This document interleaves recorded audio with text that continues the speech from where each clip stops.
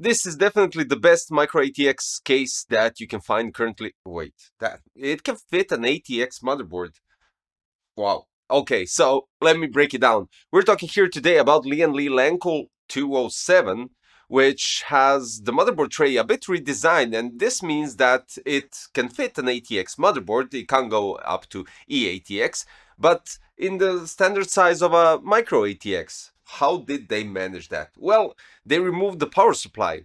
Well, not entirely, let's be honest. So you don't have it right here at the back where you usually have it.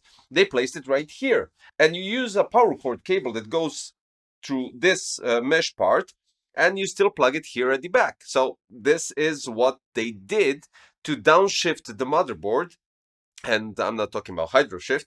So they placed two fans here on the power supply shroud, and they lowered down that segment, which means that it gives better airflow through the GPU to the GPU, and you have the possibility to place the ATX motherboard. But that's not all, because if you saw that video where I tested HydroShift LCD in various cases, we had loads of problems when we're talking about tubes touching PWM or addressable RGB headers or anything similar to that, because there wasn't too much space. In this case, it actually can fit. As you can see, HydroShift is at the top with normal tubing, and it's not a problem. But let's go step by step, and I'm going to try to walk it through you with all the details. So, when we're talking about panel removing, right? You have a side steel plate that is actually perforated at the bottom to for the fans to collect more air from the bottom. Then we have another right here which is removed with two thumb screws. The steel plate and the tempered glass are just attached with pegs, so this is really cool and easy to remove. And the front panel is more like magnetically attached to cover up two addressable RGB 140mm PWM fans that are daisy chained already, as well as these ones, so you only have two PWM headers that need to go to your motherboard. And of course one addressable RGB header for the front fans, which also have an infinity mirror in the middle, which is quite cool, I do have to say. Now you must be wondering what's up with the power supply here on this part. Well, to be honest, it's an outstanding idea. First of all, you can use their edge power supply. The only thing is that the EPS cables are running flat here on the side across the back side of the motherboard, so you can't use them to reorganize them at the back, but you can see that from a close-up. And then you have loads of space beneath the fans, and this is also very good because it can collect, those fans can collect air from both sides and here at the back, giving nice airflow through the GPU, but also some air is going upwards here and being collected by the AIO. Now, at the bottom of the power supply shroud, you have a possibility to place two 2.5-inch or two 3.5-inch hard drives or SSD, depending on your configuration, of course. But then again, they did something quite cool, and this is most likely only me, but check out the cable right here. So they have an opening for your GPU that creates a nice waterfall effect, and I'm really digging this. I'm really liking how it looks clean. In general, building process inside this case is outstanding, because everything is really straightforward. And if you use the edge power supply, you don't have such long cables to reorganize everything. So the backside, right above the power supply, you have all the possibilities to hide all the cables and even the HydroShift LCD controller. So everything fits there, and it basically looks really clean when you take a look at it.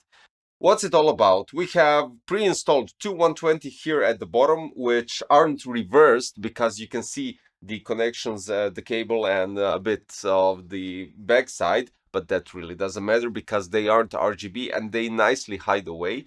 Then we have two 140 PWM addressable RGB, and they run, the front ones run from 450 to 1900 RPMs. As I said, Edge and HydroShift can fit perfectly inside this case, and everything can be organized when we're talking about cable management. Now you already get the cable here that connects to your power supply, so you just have to basically install the power supply and connect the power cord to the power supply. And here you have a power cord that needs to be something like an extender that also comes in the Lian Li A3 case as well. So they redesigned the motherboard tray just because of this, so they can remove the power supply, they can lower down this tray, get like really small volume because we're talking about 45.5 liter chassis. Then we have loads of space here because I didn't even use the cables beneath the fans. First of all, because they will most likely get trapped inside the blades. But regardless of that, there aren't any cables except for the 12V HPWR that is running beneath this middle fan. So it's really straightforward. Then when you take into consideration the front fans, the airflow is 109.3 CFM, 3.3 millimeters H2O is pressure, and the noise is maximum at 34.86 decibels. The ones that are on the power supply shroud, 120 times 120 times 25. Speed is from 500 to 1950 RPMs. Airflow is 71.1 CFM, and the pressure is 1.99 millimeters H2O, with the noise 30.81 decibels. Now, discussing cooling support, as you already know, you have all these fans pre-installed, but we have loads of other space to fulfill with fans and radiators. So at the top, you can go with 3 120 or 2 140 fans, or up to 360 radiator. We have the 2 120 pre-installed. At the back, we can go with 1 120, and at the front, 2 140, which are also pre-installed. Maximum GPU length is 375 millimeters. And the cool thing is that with this case, you get a GPU anti-sag bracket, but it's not regular because you can adjust the position upwards and downwards, and you have 3 lines that you can remove or replace that anti-sag bracket and adjust it accordingly to your GPU. Outstanding. Now everything is mesh, right? Almost everything. We have mesh side panels, we have mesh back part completely, well, at least it's open, not mesh. Top mesh, front mesh. The only full plate is the back side panel where no fans is taking air inside or blowing it out. So it goes simply like that. On the front, we have the I/O panel with one USB 3.1 Type-C, a combo audio jack for microphone and headset, power on button, and 2 USB 3.0. In discussion of the cable management, at the back, we have 3 Velcro ties and 2 plastic handles. 2 plastic handles are on top for the EPS cable or some other addressable RGB PWM headers, or it really doesn't matter. All the cables at the top can go through there, and these 3 Velcro ties are really nicely spread out, so you have really nice cable management to hide literally everything over there. Additional accessory is vertical GPU mount, so you could place it here.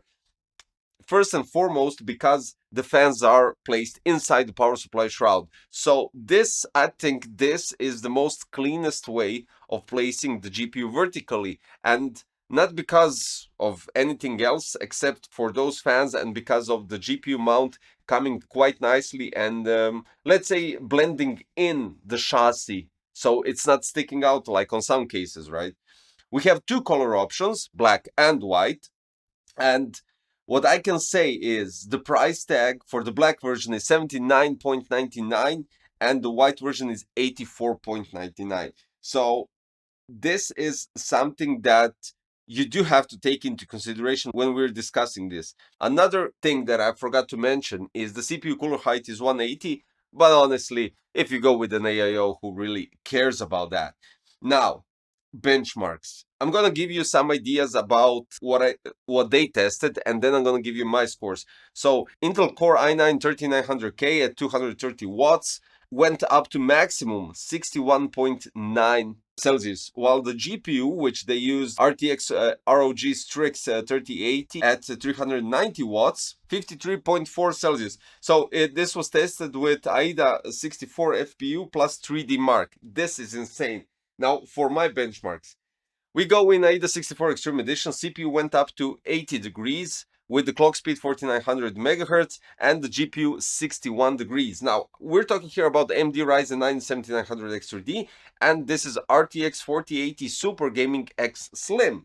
In discussion of Cinebench R23, we have quite similar scores when we're discussing the actual review that I did for the Hydro Shift, and in this case, but the thermals go from 78 to 79, touching eventually 80 degrees, and that's it. And the clock speeds are from 5000 to 5025, which is outstanding. Then we go with Cinebench scores. It starts at 26,621. It keeps 26,600, eventually going a bit below, but then it pumps up to 26,700, 735, 767, and basically some average I would say is 26,700. What I can say about checking out the benchmarks and everything, this is the coolest case that I had when we're talking about GPU temperatures. Because usually this GPU runs at 66, 67. And I mentioned that in prior videos where one case had this GPU running at 71.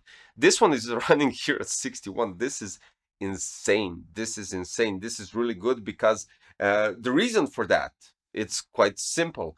The fans have enough air to intake from here, and you can actually feel the air being vacuumed from the sides and taken directly to the GPU, as well as here from the back. So this is great. The temperatures on the CPU are also outstanding, as you've seen, and you can see the comparisons to other AIOs and the benchmarks and the scores and everything all together. So with this price point, when we're talking about $79.99 or $84.99 with the white version, and 4 fans already pre-installed, the only one that you need to grab additionally from your, apart from the AIO, is the rear fan.